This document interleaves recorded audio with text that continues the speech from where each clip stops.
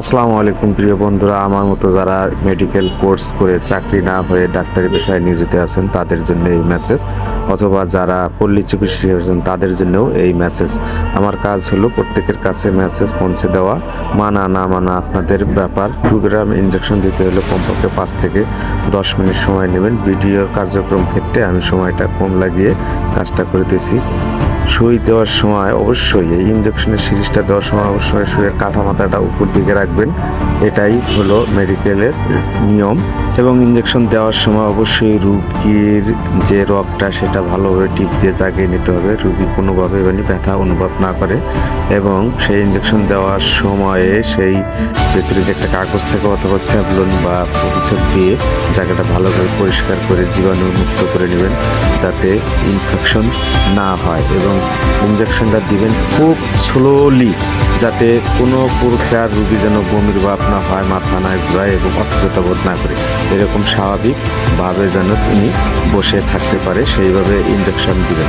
এই মেসেজটা হলো প্রত্যেকটা যারা পল্লী চিকিৎসক আছেন তাদের জন্য, আমাদের মতো যারা ডিএমএফ করে ডাক্তারি পেশায় নিয়োজিত আছেন তাদের জন্য। আমাদের কাজই হলো রুগীকে সেবা প্রদান করা, রুগীকে কষ্ট দেওয়া নয়। এই জিনিসটা আমরা সবাই একটু খেয়াল রাখবো, যাতে রুগী কোনো ধরনের কষ্ট বা অনুভব না করে, এরকম হাসি খুশি যেন থাকে। এবং ইঞ্জেকশন যেন, আবারও বলছি, একদম স্লোলি, এবং রক্ত কণিকা বা রক্ত বুঝতে না পারে যে আমার ভিতরে কিছু পুশ করা হচ্ছে, ঠিক সেই রকমভাবে স্লোলি আকারে ইঞ্জেকশনটা দিবেন।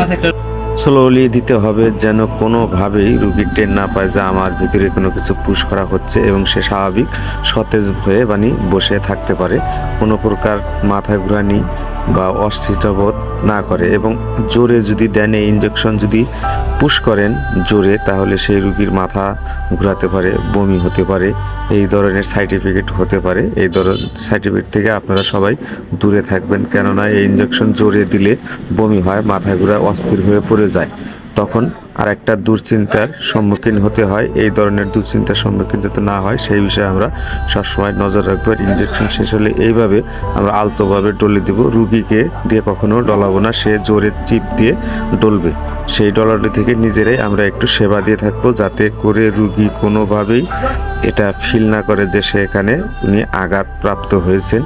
এইভাবে আমরা ইঞ্জেকশনগুলা পুশ করব, এটা আমরা সবাই জেনে রাখবো। রুগী সুস্থ সৎজ্ঞানে যেন থাকতে পারে এবং বাড়ি পর্যন্ত সেখানে স্বাভাবিকভাবে যেতে পারে। এবং আমরা ওই ইঞ্জেকশন দেওয়ার হাতটা বা ডানাটা, সেটা আমরা অবশ্যই রুগীকে